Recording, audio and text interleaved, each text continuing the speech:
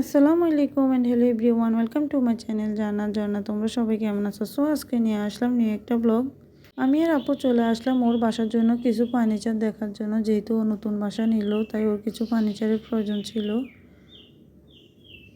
এই তো ও দেখতেছে কি নেওয়া যায়, ও একটা ড্রয়ার দেখতেছিল ওর বাসার জন্য।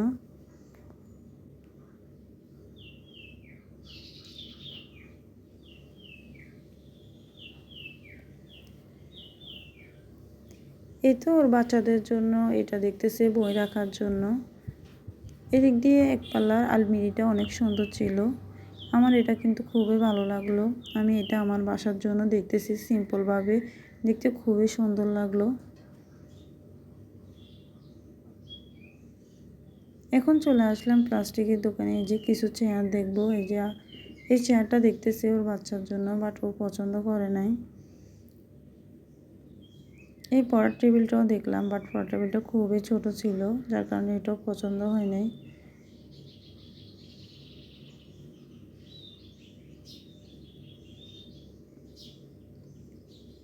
এই তো এই ডয়ারটা খুবই ভালো লাগলো আমাদের দুজনেরই। এই তো এটাই আমরা নিয়ে নিলাম। আমি একটা শু বক্স দেখতেছি আমার বাসার জন্য। আমার বাসাতে একটা শু বক্স খুবই প্রয়োজন ছিল, তাই একটা দেখলাম আর প্রাইসটা জিজ্ঞেস করে নিলাম।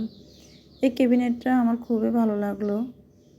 আমার বাসার জন্য এরকম একটা ক্যাবিনেট তৈরি করতে চাইতেছি আর কি। এই সোফাগুলো অনেক সুন্দর ছিল। আপু নর্মালের ভিতরে একটা সোফা দেখতেছে ওর বাসার জন্য, যেহেতু ওর বাজেট কম ছিল। এদিক দিয়ে সাবিয়া সাইফান দুজনে দোলনায় বসে পড়লো।